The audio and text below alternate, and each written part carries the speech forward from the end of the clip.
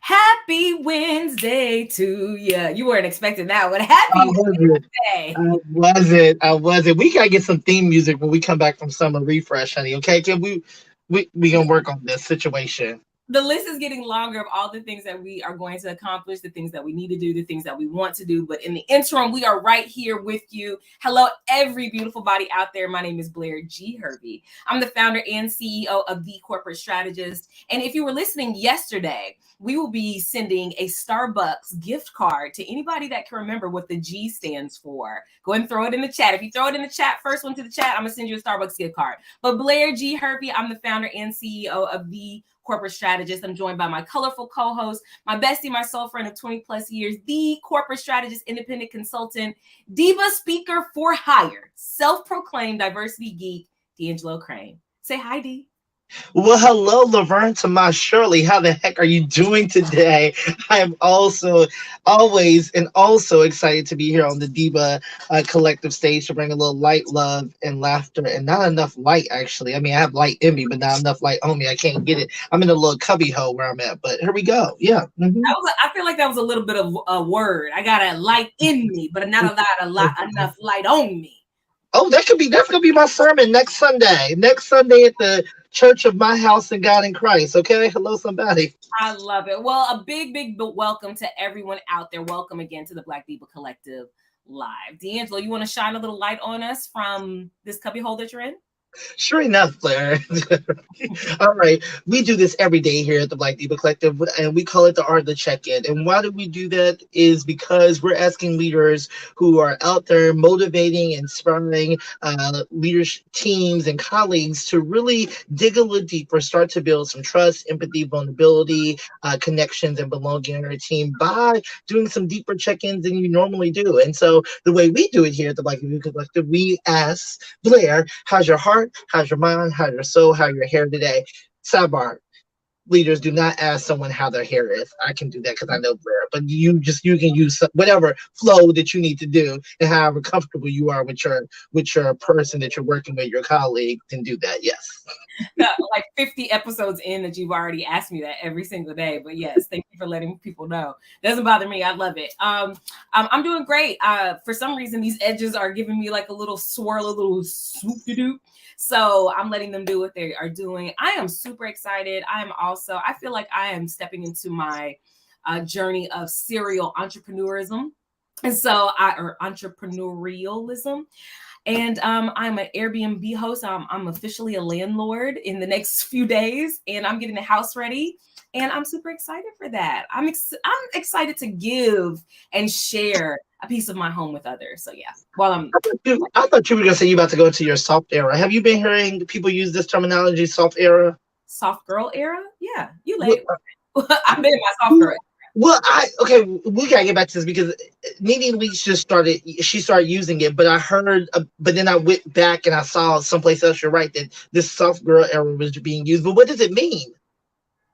We can talk about it in a moment. Well, I'll tell you. So a soft girl era, I mean, it can be defined just as you want to define living a life of peace and ease, love and light, right? So for me, soft girl era means, really focusing on the businesses that I want to build so that I can have that passive income, so that I can continue to travel how I want to travel and live the life that I want to live and have people around me that I don't argue with, I don't fuss with. You got it. Okay, and you just keep it moving. So it's just a life of peace and ease.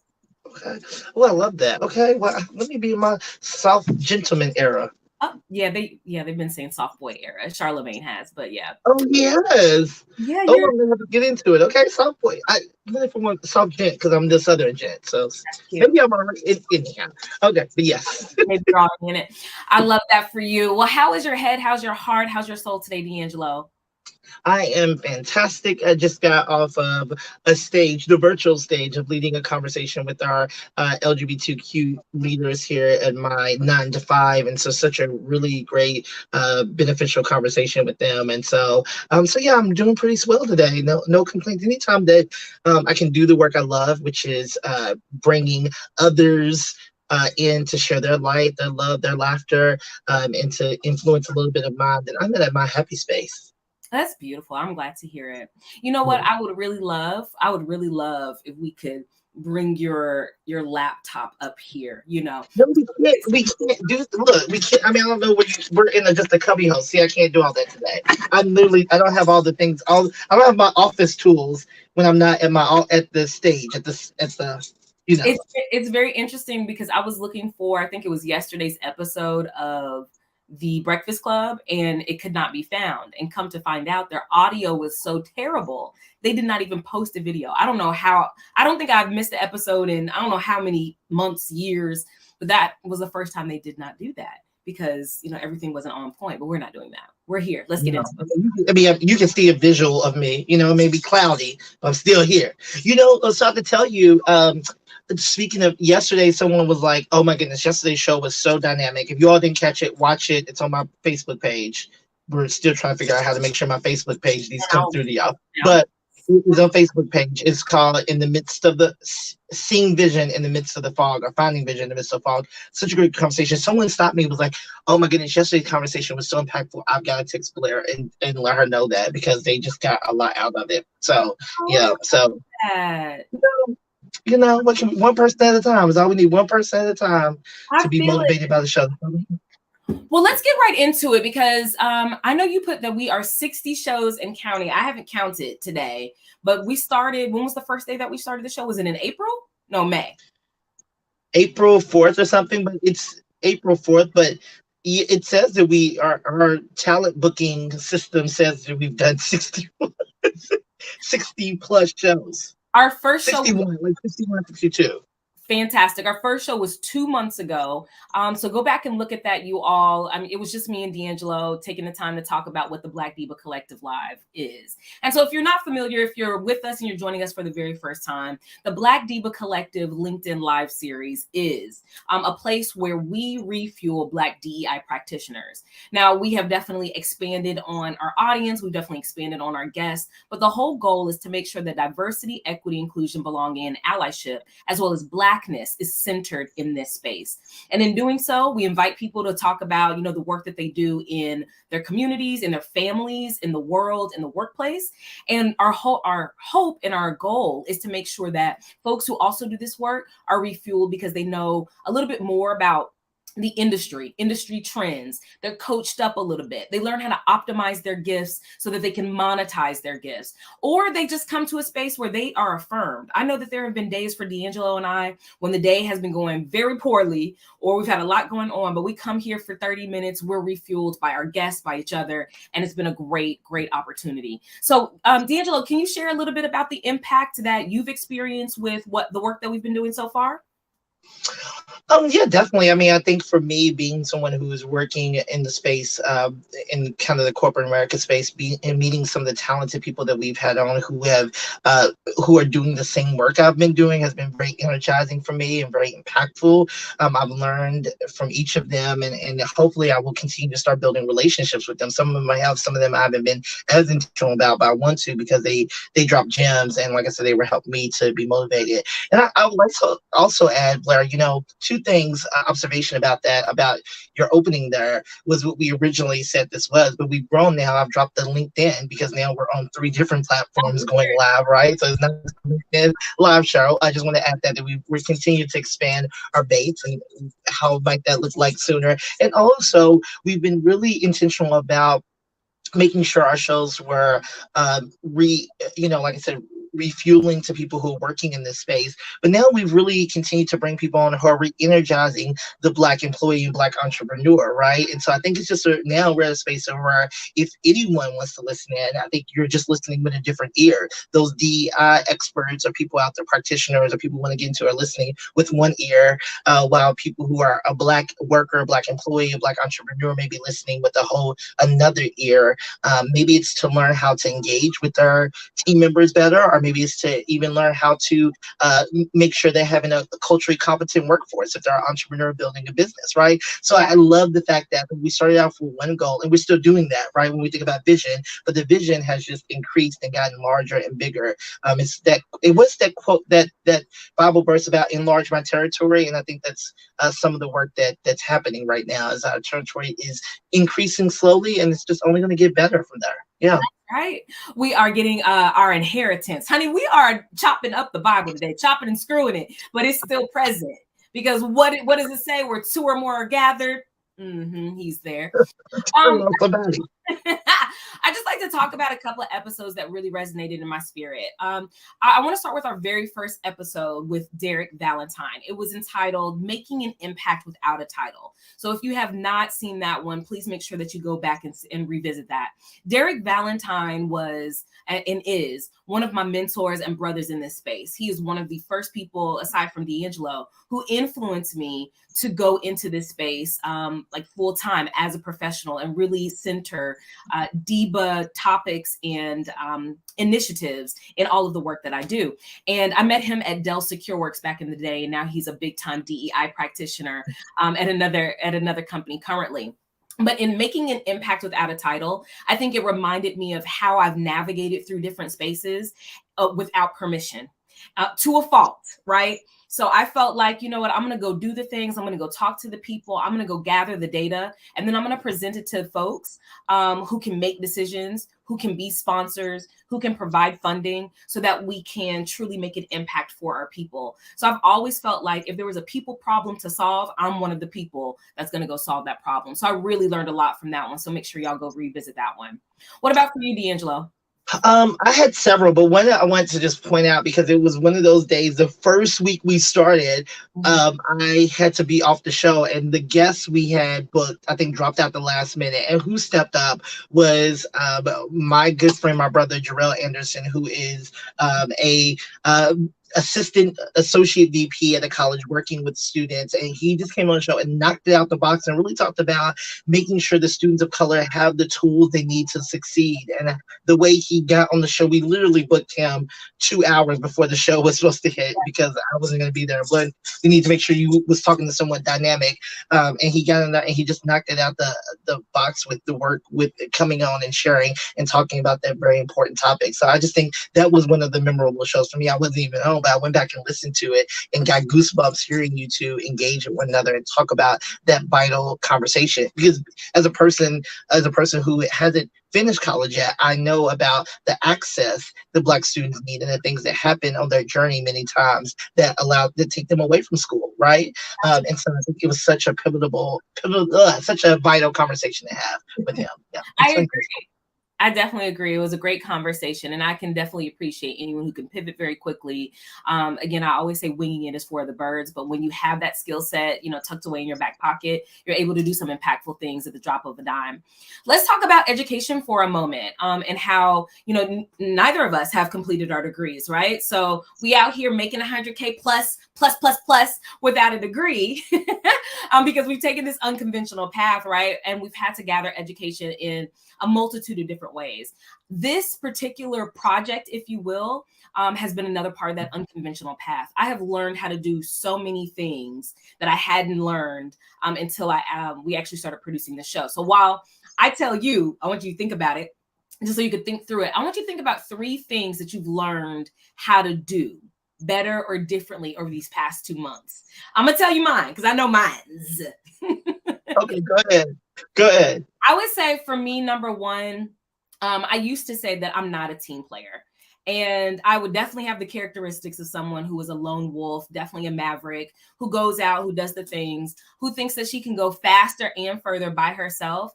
And I've definitely learned throughout this process that's absolutely not true. I'm not always right. I don't always have the answers. There was one thing that I was standing very firmly on, which is that we were going to do this every day.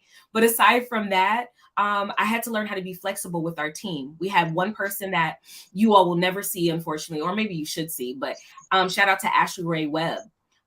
She basically was our admin, she is. She's just on the summer break. First shout out for the day, by the way. Well, I'm glad you're doing it now. That was my official shout out for the day. But go ahead. We'll do it. But I think about, as we build a team, having someone in the background is very important. And all the work that she's done, we're realizing it as she's on a break, or we've given her space to be on that break. Working with D'Angelo, who works a little bit differently than I do, and having the patience to have a conversation, I'm sure, with me and vice versa. So being a better team player, I would say 1. The second thing that I've learned, I'll just do 2. The second thing is process. I am impulsive. I like to get things done. And I think you and I said it yesterday. Well, we both thought we were just going to be the talent. We were just going to turn this camera on. It was going to be a show. We were going to have an audience. No, ma'am, no, sir. That's not the case. So I've had to learn how to use StreamYard, how to leverage integrations and connect different integrations. I've had to learn more about marketing. I hate spreadsheets, but we've had to, of course, learn how to market and track track talent and source talent. So those are just a few of the things, but my skill set has definitely multiplied by working on this project with you. What about for you? Yeah, I can see that. A is to start asking lots more questions before I jump into something because I am a person who probably be like, "Oh, that sounds good, let's do it," and then before you know, I'm overwhelmed. And why didn't I ask the 120 questions I should have asked before I said yes to work on this particular project? It always happens every single time I have a project I'm excited about. It's always more than I anticipated, and so I'm learning now. I need to ask about 50,000 questions Yeah. so I can give a really good answer of no. And that would be fine. It's too late now. You in it. I have given him several outs, and every day he shows right back up like, hey, I've got an idea. Hey, I And want she may even give me more outs in the future. Who knows? But right now, I'm here, committed. I love what we're doing. The other thing I think, it's a good question. Um, I think I've learned. I think I've just no. I think this have continued to enhance my resiliency and flexibility, and I think that's what you got to be is just to being flexible and ease into it. And just I think we talked about this on one of our shows that was very like depressing, but it was one of the shows that we just did when we talked about healing from death and those things. But yeah. one of the things that I realize and I take with me in life, I always say nothing's as big as I've already overcome, right? And so many times it's when I think about stuff, I'll be like, is this in this moment?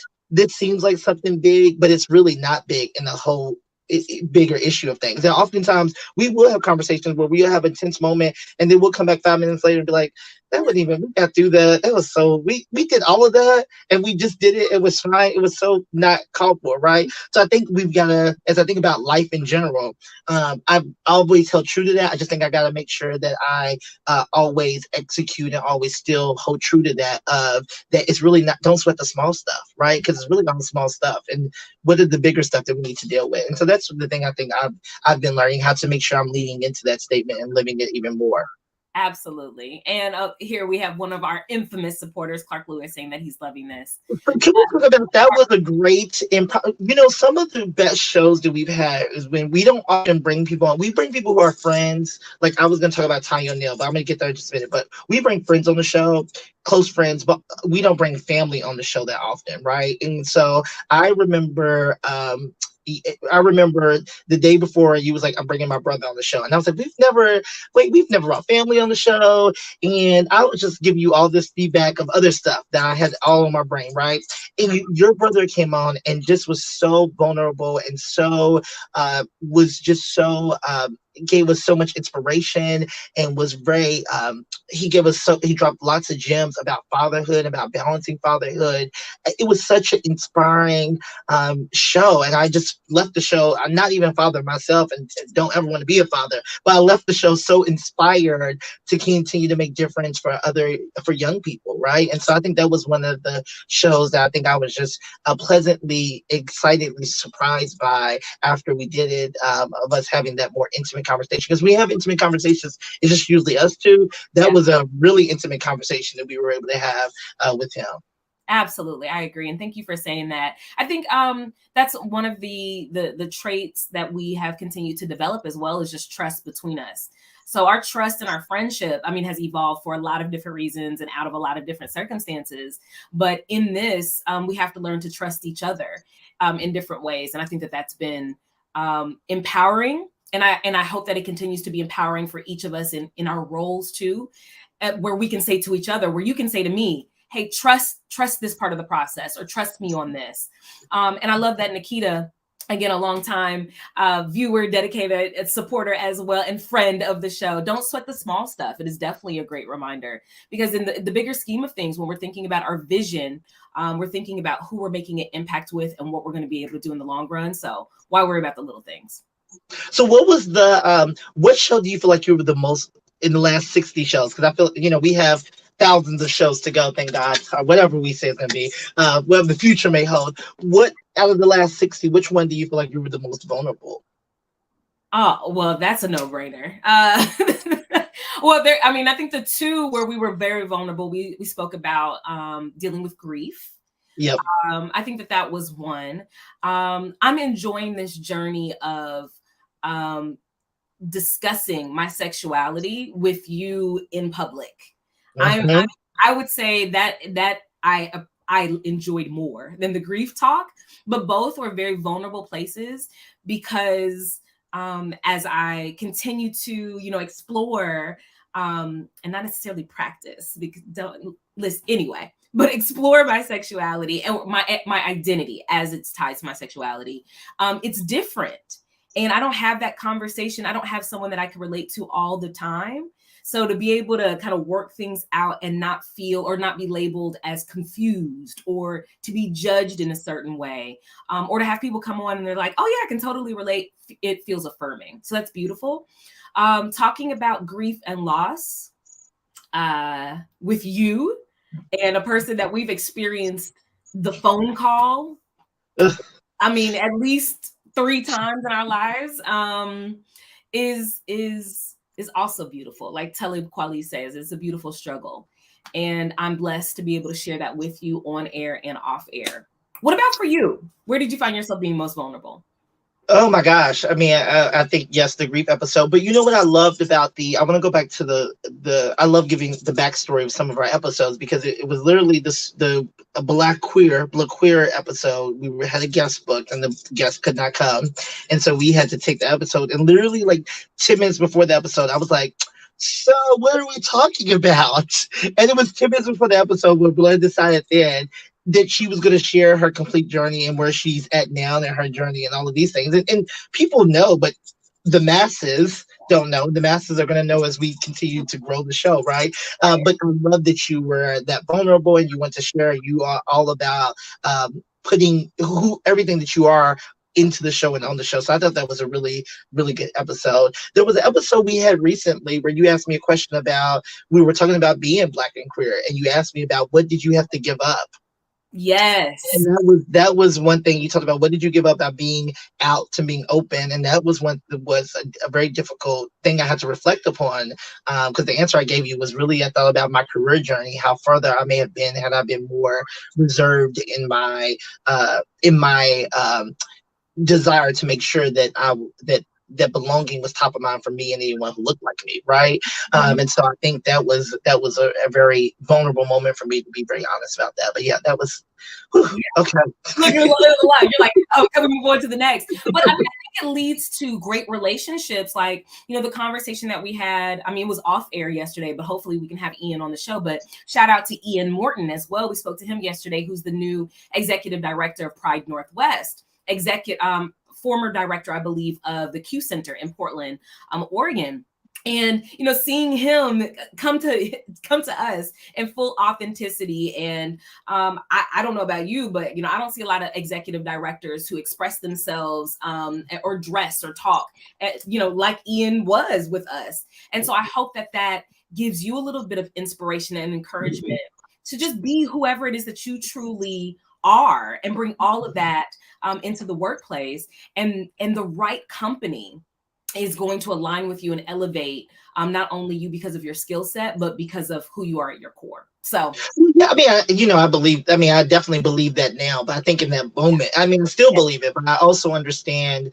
I think the two things can coexist, right? When you think about your career, when we talked about yesterday, your vision of understanding of where you want it to be and where you are, is where you gotta where that rubber meets the road in your vision, because where you are, you talked about where you are could have been part of your vision, right? And so I think that's, but we said we're gonna have part two on that conversation. So I also want to give a shout out to, we have Fernandez on the show who had one of our top rated shows. He told all of his people to come on the show, so we want to make sure to give a shout out to him. And as we have more people on, we want you all to figure out ways to, hopefully you're telling your friends to join the show and engage with us on the conversation. Many times our guests do, which is great. Well, let me also throw out there. So again, we both know Fernandez from Louisville, Kentucky, and I think that was a great show because we had an opportunity to reflect on the trajectory of our careers. And if you all do not know, Fernandez is actually the chief financial officer of the Census Bureau, which is a very big deal. So to have a guest on who has such a prestigious, role and title, not only, in government, but in the nation. I mean, honestly, it's a very coveted role. And then to have someone with such a large following, hundreds and thousands of followers like Justin Owens, and we had Justin come on.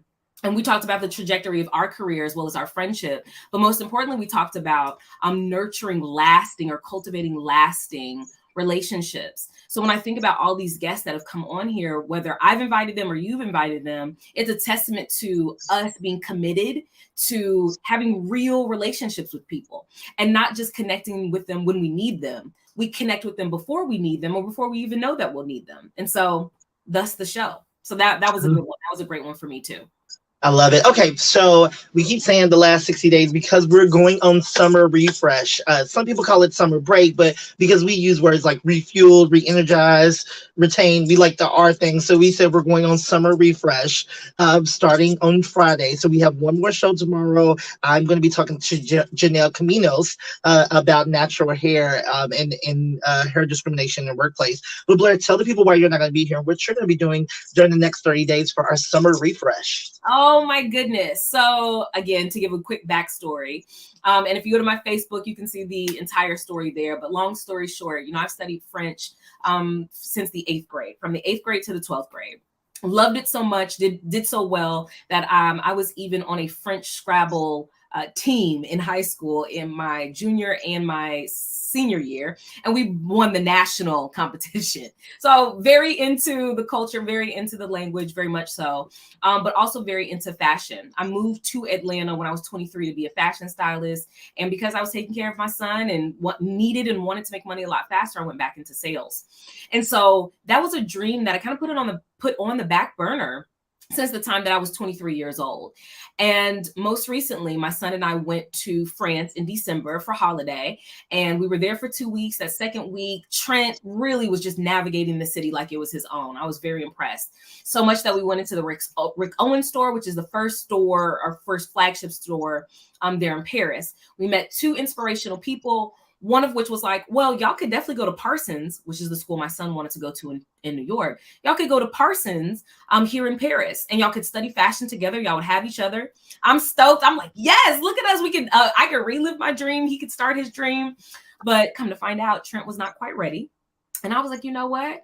I'm not going to put this dream on hold any longer for any other reason. I applied, I got accepted, and I will now be attending Parsons, the new school, their fashion design program this summer, class starts on July 1st. Now it's only a month, but it's class every single day. I do earn credits for this particular class, but I'll be interviewing industry leaders, ateliers, entrepreneurs, all kinds of folks in the space. And I'll be going to museums and all different types of artistic places every single day in July. So I'm very excited about that. That sounds fabulous. Oh my goodness gracious. Oh, I can't wait to get back so you can sew me a whole suit, honey. I'm ready for it. I'm ready for a whole 2-piece and a biscuit number when you get back, honey. Okay. Yeah. This is what I love about this too. It gives me an opportunity to explore different parts of fashion. Now that I've been in, the corporate space for 20 years and I have business under my belt and sales, I wonder if it's going to take me into like fashion sales or fashion buyer, or I don't know what else exists out there. So I'm going to learn, and I have plans to definitely go back to France to live, which has always been a goal, but I'm sure that'll be in the next year or so. Well, I love all this. I love all this energy. Yes, I hope you come back and go. I've been telling you to go into fashion for 100+ years. So hopefully this is the route, the vision It's coming to life, honey. So my summer refresh is not as exciting as yours, but I will be continuing to booster up the Diversity Geek brand and hopefully expand my speaking engagements and really making sure people learn more about the great wealth and worth of D'Angelo Crane, as well as building the Black Diva Collective brand and really talking and cultivating new partnerships and partnerships and hopefully there's some black businesses that will get on board so we can start giving away giveaways as well. So lots of great work and working with, we'll tell y'all more about the brand strategists we're going to be working with. And so all the great people that we're going to connect with over the next 30 days. But Blair is living out her fashion dreams. I'm going to be continuing to help and take some of the lead on building this great brand up. Also, here's what we need you all to do for the next 30 days. You should be watching all the past episodes. And where you watch them at? YouTube, Facebook, LinkedIn. But you go to YouTube, send it to all your friends, send it to everyone you know. We hopefully by the end of the summer, I think Blair, we have about 40 subscribers on the corporate strategist. By the end of the summer, let's have 200. I think that's the goal. Let's do this. And we can do that with you all. By September 1st, let's get to, should we just say 100? I'm gonna say 150 subscribers by September 1st, and we're gonna do this with you all. So each one go out, take an episode, send it to someone else, tell them to subscribe to it. So there you go. Oh, I love that. And thank you for all the thank yous in the comments as well. I've dropped a link to the videos where you can see all of the videos. If you click on live, you can see some of those videos there as well. But make sure, like D'Angelo said, you replay. And what we're going to work on as well is creating a community for you all to share some of your takeaways. Because ultimately part of the vision is to have a conference. We want to have the Black Diva Collective, like an impact conference of sorts. Even if it's just to start a sponsored dinner by, a tech company out there, but we want to get us all in the same space to love on each other and to continue to share our stories.